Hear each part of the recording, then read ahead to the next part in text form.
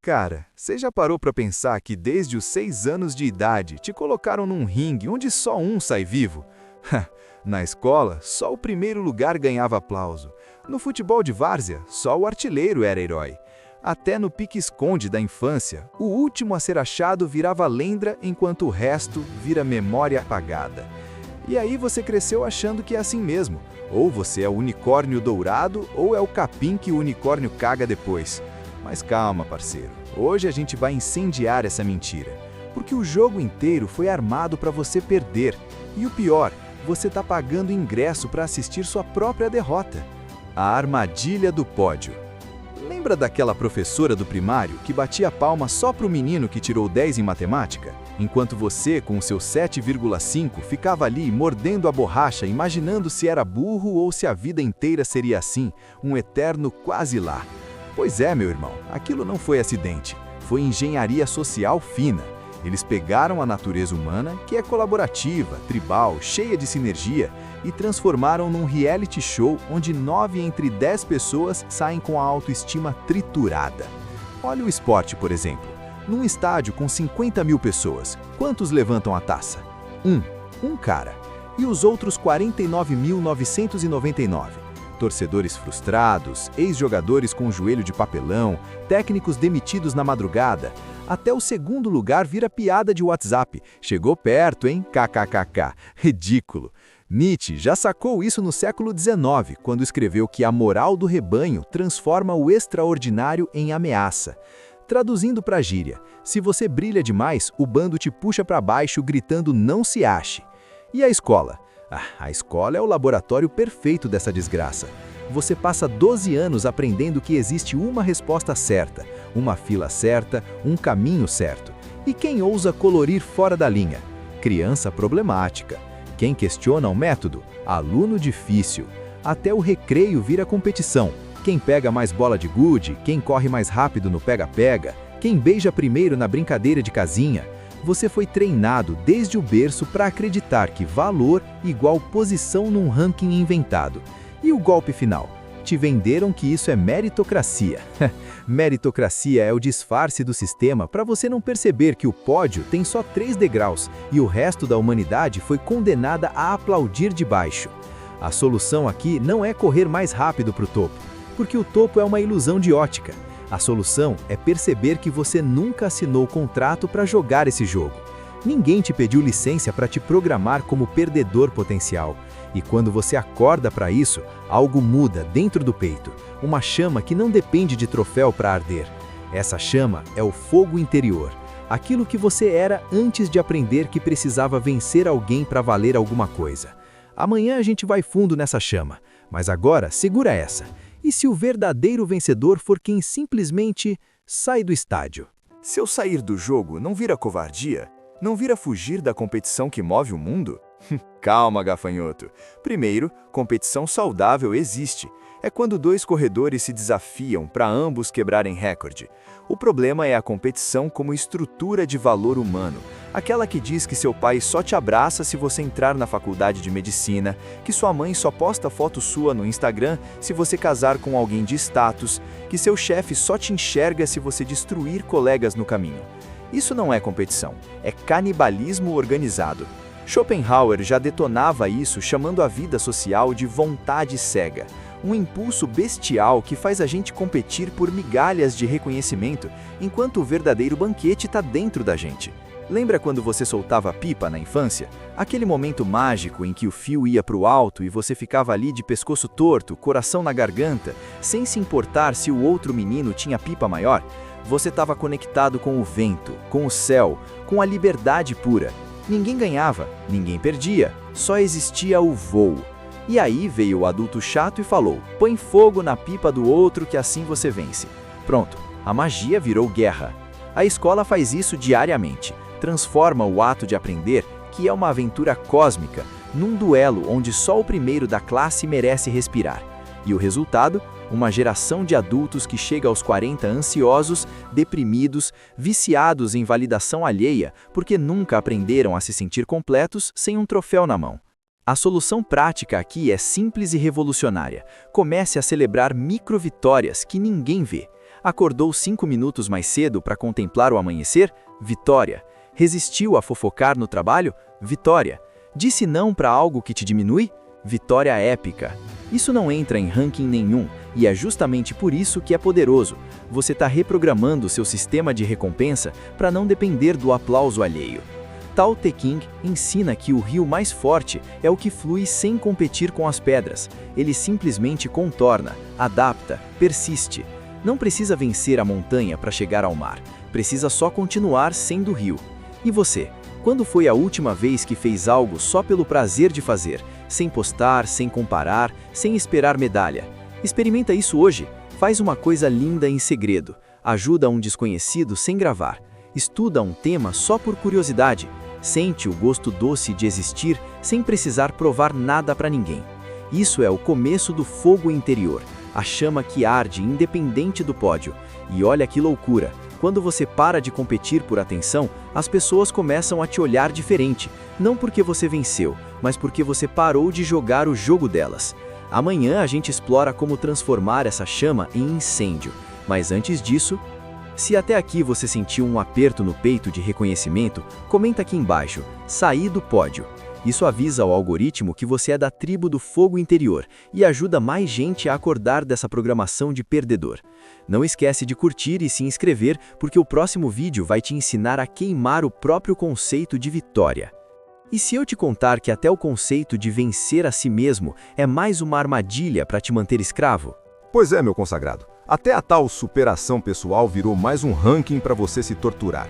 Acordar às 5 da manhã, tomar água gelada, fazer jejum intermitente, ler 50 livros por ano, tudo virou competição contra uma versão idealizada de você mesmo.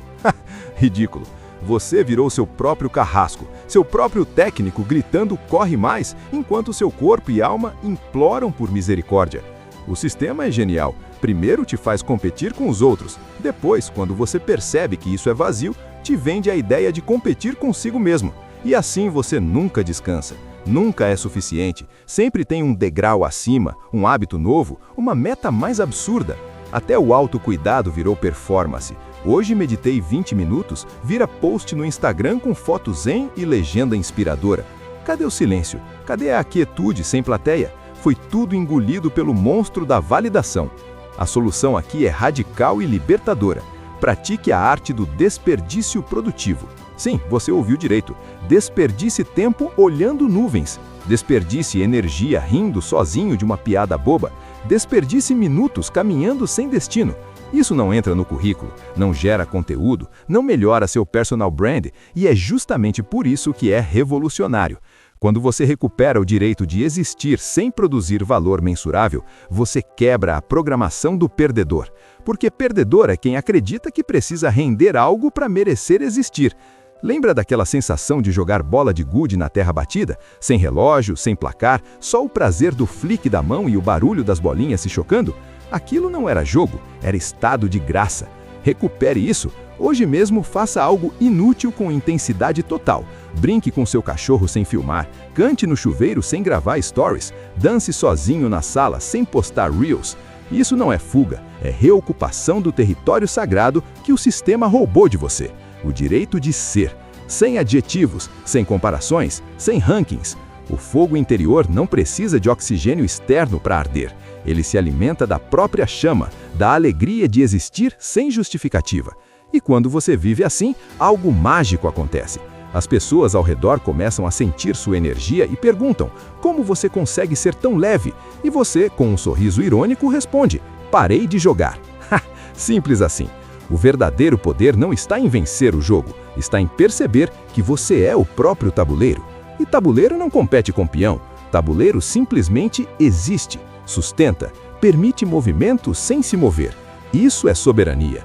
Isso é fogo que não se apaga com derrota porque nunca dependeu de vitória para existir.